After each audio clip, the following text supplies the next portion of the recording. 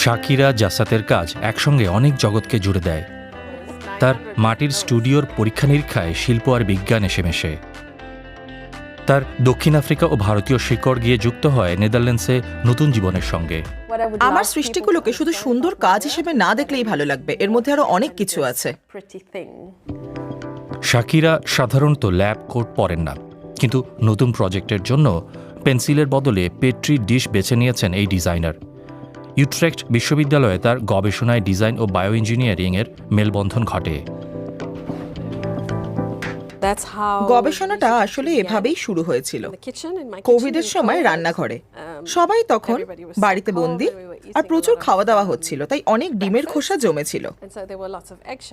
Designer হিসেবে তখন আমার খুব হতাশ লাগতো, কোনো কর্মশালায় যেতে বা নতুন কিছু তৈরি করতে পারছিলাম না। তখনই ডিমের খোসাগুলো নিয়ে নাড়াচাড়া শুরু করলাম। রান্নাঘরের গবেষণা এখন ল্যাবে পৌঁছে গেছে। সেখানে শাকিরা নির্মাণ শিল্পের জন্য নতুন পরিবেশ বান্ধব উপকরণ নিয়ে পরীক্ষা করছেন। গবেষণাটা ডিমের খোসায় আর সীমাবদ্ধ নেই, অন্যান্য জৈব উপকরণ যুক্ত হয়েছে। বিটরুট, পালং শাকের মতো প্রাকৃতিক উপাদান ব্যবহার করছেন। নির্মাণের উপকরণকে কিভাবে আরো ভালো করা যায়, কিভাবে আরো ভালো জিনিস সৃষ্টি করতে পারি, এমন উপকরণ তো এখনো নেই। তাই পুনর্নবীকরণযোগ্য উপকরণ নিয়ে ভাবা জরুরি, যেগুলো পরিবেশের ক্ষতি করে না।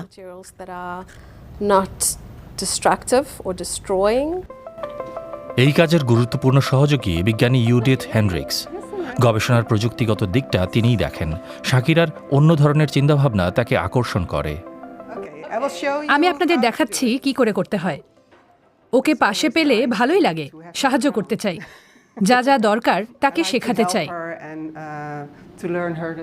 তাছাড়া নতুন জৈব উপকরণ খোঁজা খুবই জরুরি বলেই মনে করি। ইউডিথের সাহায্যে অনেক কিছু শিখেছেন শাকিরা, যেমন মাইক্রোস্কোপে নতুন বিশ্লেষণ করা, বায়ো মেটেরিয়াল শক্ত করা আর ব্যাকটেরিয়া দিয়ে তার বৈশিষ্ট্য পরিবর্তন করা। একসঙ্গে তারা শিল্প ও সৃষ্টির সীমানাকে প্রসারিত করেছেন। আমার মনে হয় বিজ্ঞান আর ডিজাইন একে অপরকে সমৃদ্ধ করে। শুধু ডিজাইনের একটা সীমাবদ্ধতা আছে, কিন্তু বৈজ্ঞানিক পদ্ধতি যোগ করলে ডিজাইনার হিসেবে নিজের কাজটা আরো উন্নত করা যায় এবং অন্য এক স্তরে পৌঁছানো যায়। তবে এই জায়গায় পৌঁছানো সহজ ছিল না। এই মাটির স্টুডিওতেই শাকিরা তার অতীতকে বাস্তব শিল্পকর্মে রূপ দিয়েছেন। রং আর মাটি দিয়ে গড়া তার গল্প। ৮০ দশকে দক্ষিণ আফ্রিকায় বাবা, মা, ভাই বোনের সঙ্গে বড় হয়েছেন শাকিরা, তবে শিকড় ভারতে। দাদু দিদা পরিযায়ী শ্রমিক হিসেবে দক্ষিণ আফ্রিকায় গিয়েছিলেন। দক্ষিণ আফ্রিকা ও ভারতের ঐতিহ্য এখনও তার পরিবারে স্পষ্ট দেখা যায়, যেমন তার বিয়ের অনুষ্ঠানে। আমি চাই টেবিলের এই সরঞ্জামগুলো মানুষকে দক্ষিণ আফ্রিকায় ভারতীয়দের জটিল ইতিহাসটা বোঝাতে সাহায্য করুক।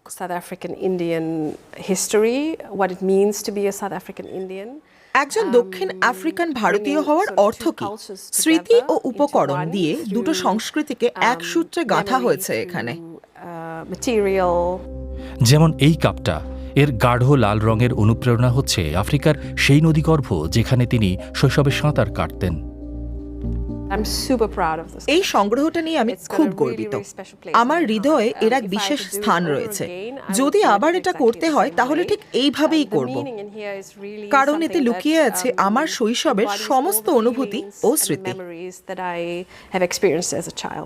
২০২২ সালে মিশরে জাতিসংঘের জলবায়ু সম্মেলনে আন্তর্জাতিক নজরে আসেন শাকিরা তার অ্যাকুয়াটেকচার প্রকল্পের জন্য।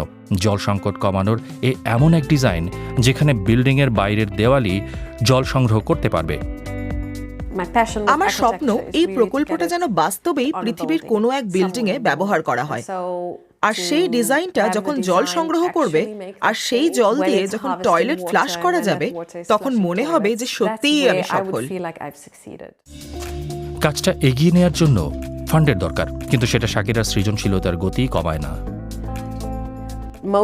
এই ধরনের দীর্ঘমেয়াদী প্রকল্পের মাঝপথে টিকে থাকা কঠিন হয়ে যায়। অর্থ ও মনোবল দুটোই দরকার। তবে আমার আশা কাজটা শেষ পর্যন্ত চালিয়ে নিয়ে যাওয়ার মতো যথেষ্ট সমর্থন থাকবে। শিল্প, বিজ্ঞান আর অদম্য চেষ্টা, এই দিয়েই শাকিরা জাসাদ, ইউরোপ ও আফ্রিকার জন্য পরিবেশ বান্ধব এক ভবিষ্যৎ গড়ার নতুন উপায় কল্পনা করছেন ও সৃষ্টি করছেন।